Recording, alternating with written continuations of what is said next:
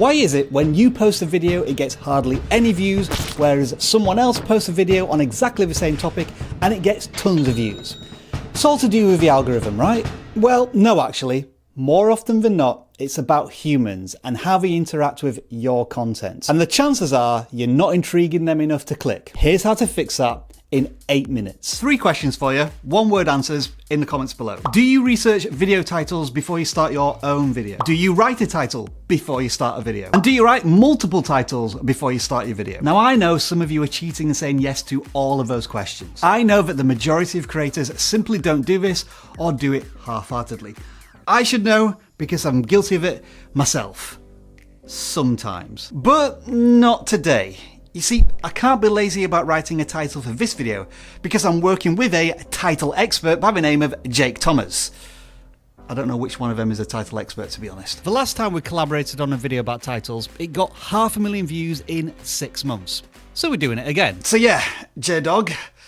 No pressure. But to prove we've kicked off with the right approach, here are the many titles we came up with and the intent behind them before we started this video. Every week, Jake publishes a newsletter called Creator Hooks, where he scours through YouTube and finds the best titles and tells us why they're so successful.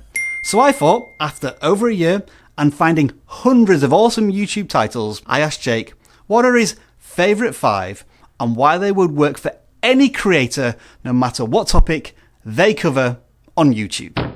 So there's a lot to like about this title. There's also one thing that I don't like, which we'll talk about that in a second. But one of the main things that I love about this is that it's talking about habits. And habits is kind of like a power word on YouTube right now. This title does 2 things to kind of like spice up the habit. 1, it's a list of habits. And then 2, it's a list of 1-minute habits. So 4 1-minute habits makes this video really tangible. And then it's also talking about a big benefit, habits that save me 20+ hours a week. It's got a huge broad audience. Everybody wants to save 20 hours a week. Also the time frame of 1-minute habits, that makes this video way more enticing. The one thing I didn't like about this video is that it kind of finishes with a little bit of keyword stuffing. I don't really think that was necessary. Typically shorter titles are easier to read. Also, a couple of other examples of titles talking about habits. 3 habits that will make you a beast in matches.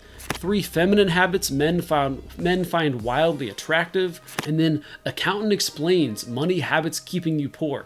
So this video went viral pretty recently. So habits are kind of on fire on YouTube right now. And now we get to the most important part of the video, applying all of this to your channel. What Jake is doing here is teaching you title formulas.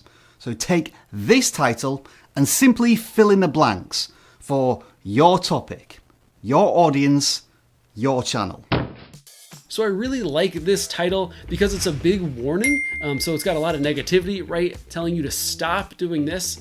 It also has a lot of curiosity. It has in the thumbnail, has an arrow pointing to the place where many people are standing in doubles. It probably comes natural to them. It's like a best practice. So when a YouTube title says, stop doing a best practice, it grabs your attention because it kind of goes against everything you've been taught, everything you assume is right. And challenging assumptions is a great way to get people to click. There's also kind of a prerequisite to this title, and that is knowing your audience. He knows that, this is where his audience is standing when they play doubles. He knows their audience's hopes, dreams, fears, best practices. If you know that for your audience, that's going to let you use specific words and kind of speak to them on a deeper emotional level that they feel like, oh man, this creator really gets me. A couple of other examples of titles using this stop or a warning and negativity. Why I stopped writing carbon frames. If you're a biker, you probably assume that writing carbon frames is good. You kind of stop, you do a little bit of a double take, like, hey, wait, what's going on here? Stop using VLOOKUP in Excel.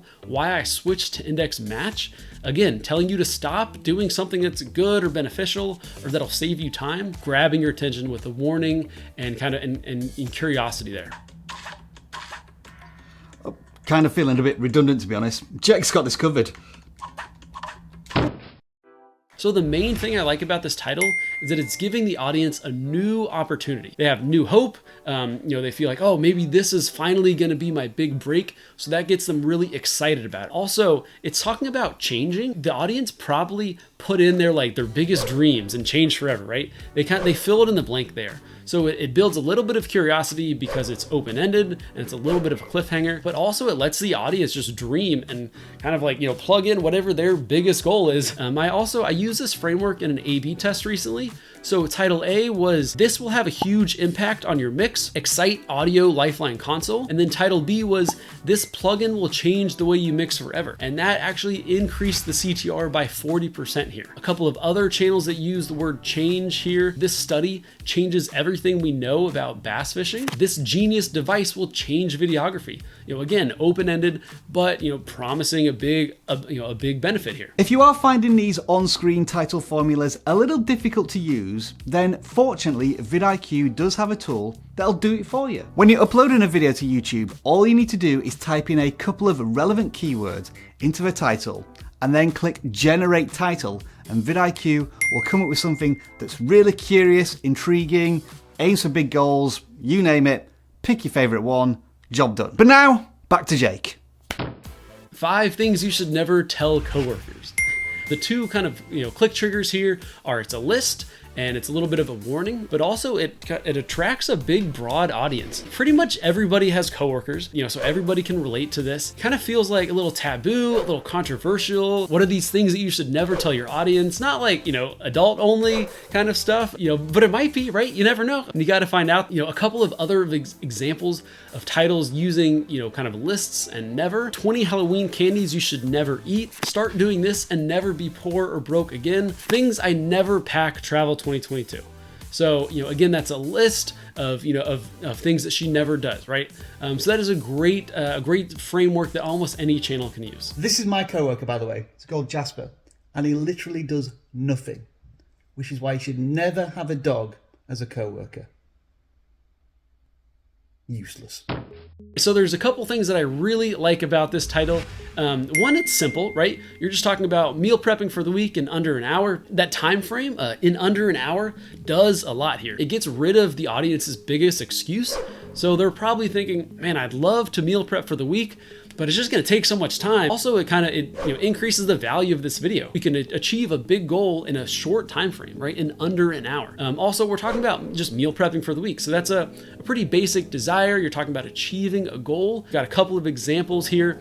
How to make compost in 10 days, become a better reader in 8 minutes, how to change your life in 3 weeks. And a thing that's interesting about this one is that this video can get views from browse suggested, and also it can help you rank in search, because you might search how to meal prep, knowing that kind of your biggest excuse is that it's going to take a long time, and also your biggest desire is that it's going to take a short time. Also, it's such a great kind of value prop, such a great topic that it can also make people click and browse suggested, right? So this is a great framework that, again, almost any channel can use. And that is one of the biggest things you should be taking away from this video. We've looked at all sorts of channels, from finance to fishing to fitness, but in each case, Jake is able to identify a title formula that you, whoever you are on YouTube, can use. And if you want to learn more about these specific techniques that are used in these titles, then check out the video Jake and I did over here,